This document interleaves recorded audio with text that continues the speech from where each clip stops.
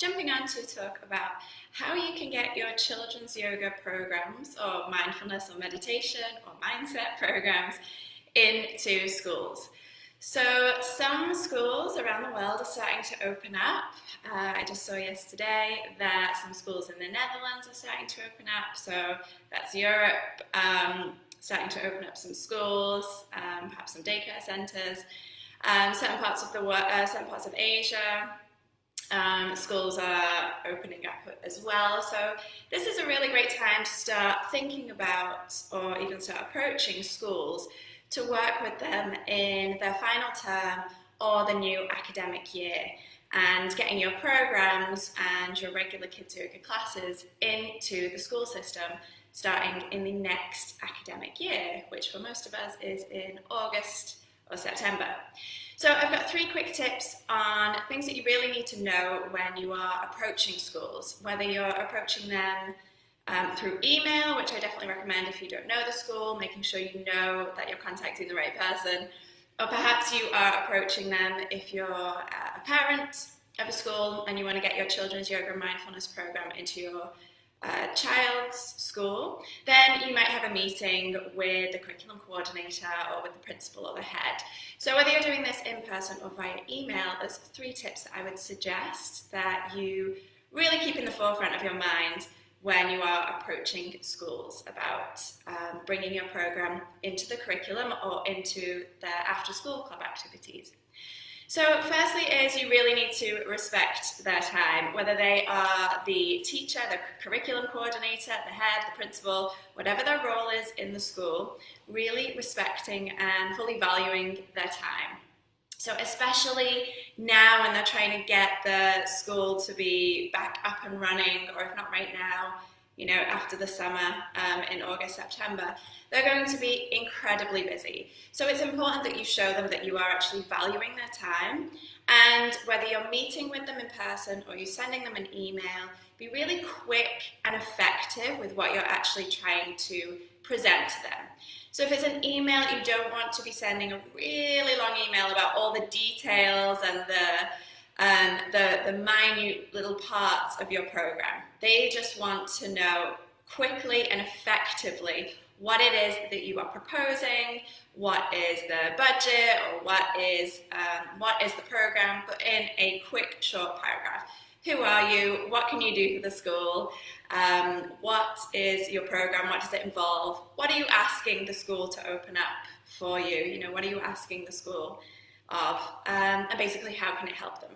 But getting it concise into 1, maybe 2 paragraphs, but really condensing that down and making sure that your email is super effective.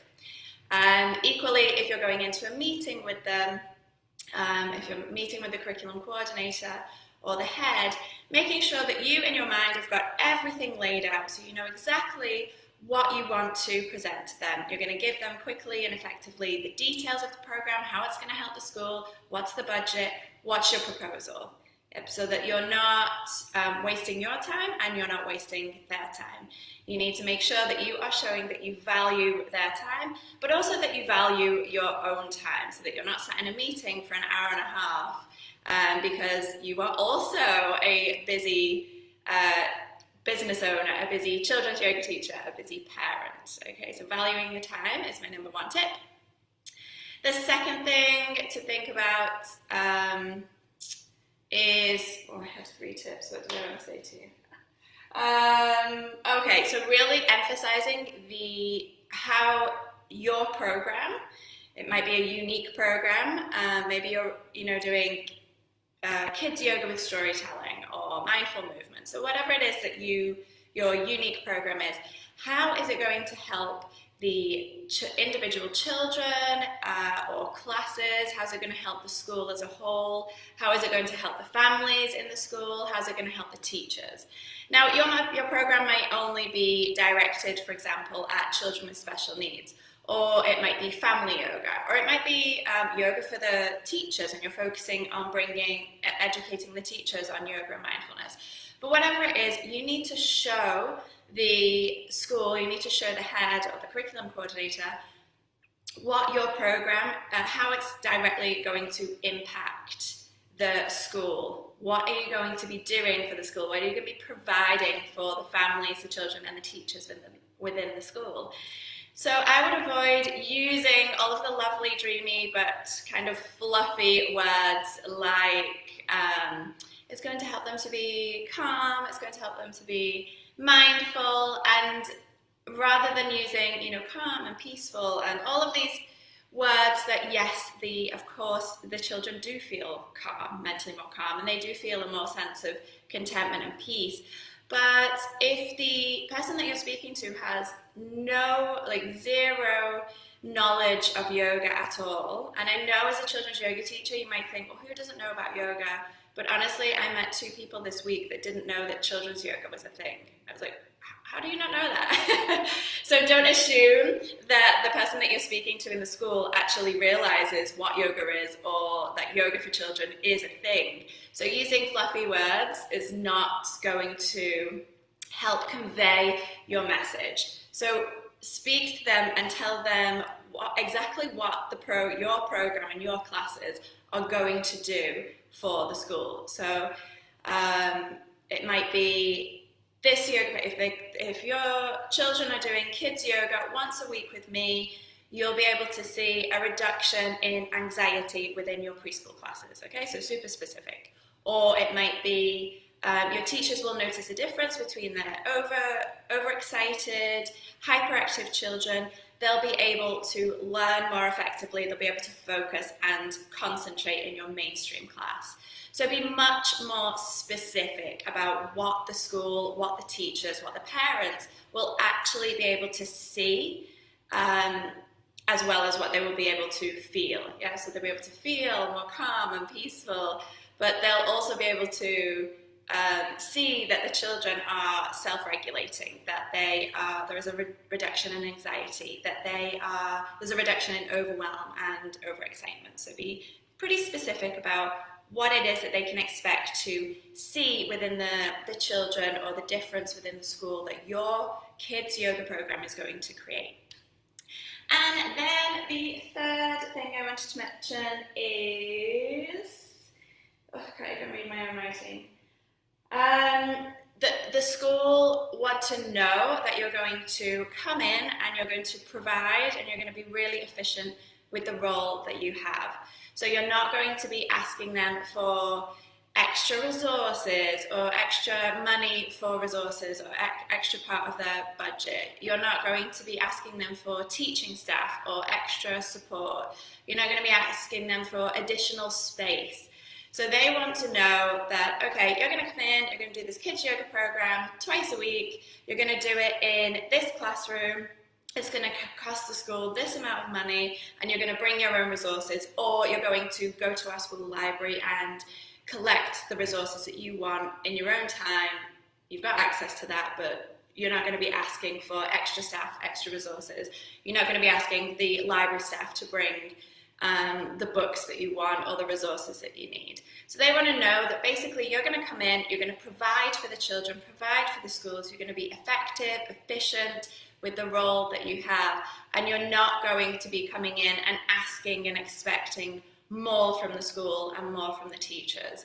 They want to know that you have your behavior management strategies down, that you can handle the class, whether it's a class of 12 children or a class of 25 children, whatever you've discussed before actually confirming the program, discuss how many children you are willing to teach. But they want to know that you're going to come in and you're going to be able to handle that group of children.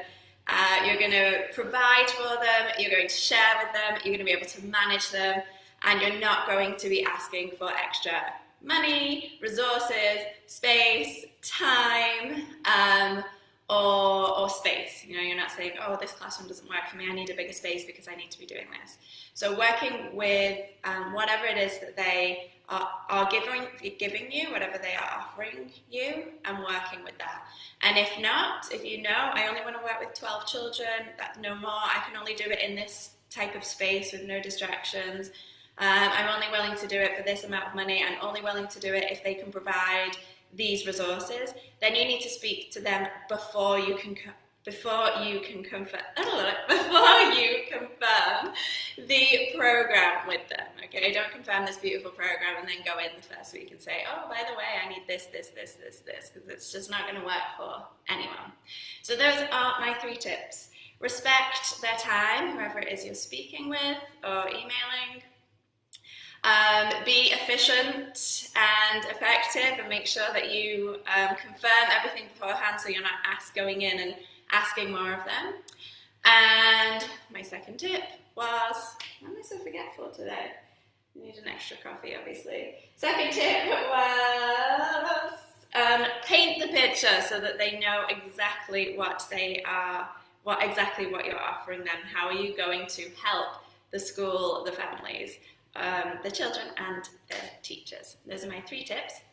Let me know if you decide to approach schools, so please comment below if you're already working in schools or this is something that you're excited about and curious about, and just comment below and let us all know, let me know how you intend to work with schools, or what is your plan. Just give me a little bit of feedback, because I'd love to know who is curious and excited about working with schools once they all open up. And if you haven't already seen, I've just opened registrations for the next round of my online children's yoga teacher training. It's a Yoga Alliance teacher training which will run over 10 weeks fully online, starting from the 14th of July. So registrations are open now, so if you're interested in joining, I will put the link below this video. So you can go and check out all the details. You can see the reviews of people who are already taking the training. So we're week 5 into the first round, and the community are absolutely loving it, learning lots. Many of the teachers are already out there teaching online, teaching at home, practicing, securing some jobs for the future, starting to get paid for their online teachings. So it's a really very effective, quick, knowledgeable, supportive way to get your kids' yoga classes out there, and to be feeling confident when you actually, not even when you finish the training, but actually partway through the training, you'll be already starting to feel confident about teaching children, teen and family yoga. So if you're interested in that and you want more information, head over to the website, or you can send me a DM and let me know, and I'll send you all the details. We currently have a 6-month payment plan, and that will, you can sign up now with the 6-month payment plan, but that's only available until the end of May. So if you know you want to join and you want to take part in the payment plan option, the 6-month payment plan, then you need to sign up within the next 2 weeks. But if you want more information, head over to the website. And I will see you hopefully on the course, but if not, I will see you on my next live video.